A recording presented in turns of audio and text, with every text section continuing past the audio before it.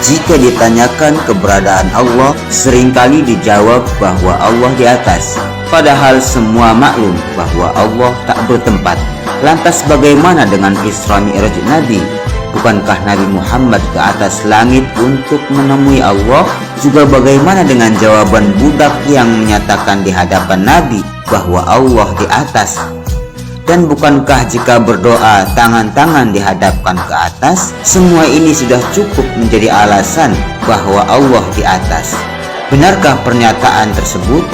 Berikut adalah hasil wawancara An-Najah Sidogiri.id 7 Agustus 2022 Masehi kepada Gus Awa atau Kiai Haji Abdul Wahab Ahmad, Wakil Sekretaris di LBM PWNU Jawa Timur, sekaligus dosen Universitas IAIN Jember.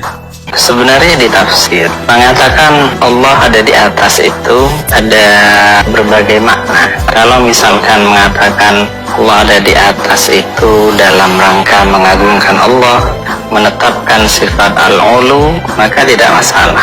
Jadi ini adalah istilah standar juga yang juga dipakai oleh Al-Quran dan biasa diucapkan oleh kaum muslimin dimanapun dari berbagai golongan sama. Kalau sekedar mengatakan di atas, karena pada dasarnya begini, seperti dalam akidah Tahawiyah misalkan dijelaskan bahwa Allah itu tidak diliputi 6 arah, tidak ada arah apapun bagi Allah. Akan tetapi secara teknis, karena manusia ini berarah, maka ada satu arah yang biasanya dibuat sifat untuk Allah, dan satu itu yang paling layak adalah arah atas, karena arah yang lain nggak pantas. Arah bawah tentu sangat keliru karena itu merendahkan, bisa murtad kalau begitu.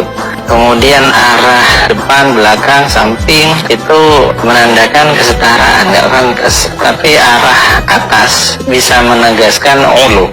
Jadi dalam makna ini tidak masalah. Jadi seperti ungkapan amin tumma fis sama begitu, itu tidak masalah. Terus kemudian ucapan orang Indonesia biasanya kita pasrahkan ke yang di atas gitu ya.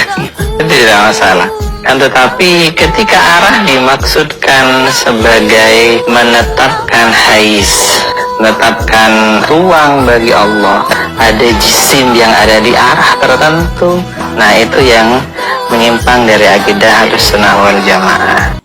Lantas bagaimana dengan Isra Mi'raj Nabi ke atas? Bukankah itu menunjukkan bahwa Allah di atas? Itu pemahaman standar teman-teman yang mengikuti ajarannya Syekh Ibnu Taimiyah. Ya bukan hanya Firanda tapi banyak begitu yang mengatakan itu. Jadi salah satu istidlal mereka memang ketika Mi'raj Nabi kan ke atas kan. Kalau Allah nggak di atas ngapain? Nah sebenarnya itu membaca kisah Isra Mi'raj kurang lengkap sebenarnya. Kisah Mi'raj itu kan yang disebutkan di Al-Quran untuk apa? Tidak ada ceritanya untuk bertemu Allah kan, tidak ada. Ceritanya linuriyahu min ayatina ya. Nah kan begitu, menunjukkan kepada Nabi ayat-ayat yang besar gitu kan. Kemudian dari situ Nabi mendapatkan wahyu tentang sholat gitu kan, dan ada wahyu, ada ayat yang turun dari situ, ayat akhir surat Baqarah. Jadi kenapa Nabi ke atas? Karena di situ adalah tempat yang diperintahkan oleh Allah kepada Nabi untuk mendapatkan wahyu.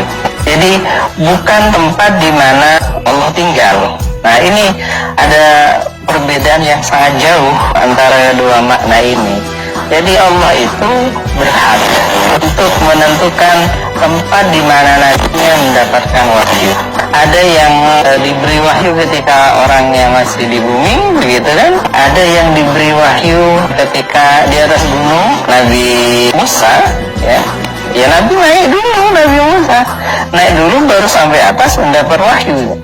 Bukan berarti Allah ada di atas gunung Tursina kan begitu. Jadi kasusnya sama, Nabi diperintahkan untuk naik ke tempat yang sangat tinggi di atas langit, di atas Sidratul Muntaha, yang di situ kemudian beliau mendapatkan wahyu. Jadi ada, kalau kita baca hadisnya itu Nabi Muhammad kan bolak-balik turun ke atas, balik lagi itu dijelaskan. Misalkan di dalam Fathul Bari dijelaskan bahwa ada lafaz Nabi kembali ke tempatnya. Orang-orang yang pahamnya bermasalah, ke tempatnya itu tempat apa? Tempatnya Allah seolah-olah. Ada yang memahami begitu. Padahal ke tempatnya itu tempat Nabi diperintahkan untuk mendapatkan wahyu. Tempat itu. Nah, jadi di atas sana Nabi kemudian mendapatkan wahyu yang kita kenal itu. Bagaimana konsekuensi bagi orang yang meyakini Allah di atas? Apakah sampai berakibat kufur? Sekedar mengatakan di atas saja dalam makna ulu itu boleh mutlak, karena kita sepakat, seluruh muslimin sepakat bahwa Allah itu Ta'ala, Maha Ulu, begitu kan. Jadi sama sekali tidak bermasalah. Ungkapan-ungkapan seperti Allah di atas, Allah di langit, itu bukan ungkapan bermasalah, karena itu nas. Jadi itu biasa saja dan ungkapan wajar.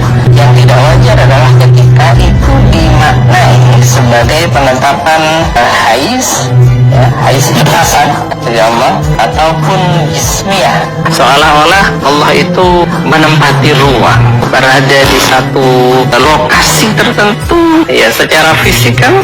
Nah itu yang bermasalah, karena selama ini tidak ada, maka tidak bisa. Karena itu Imam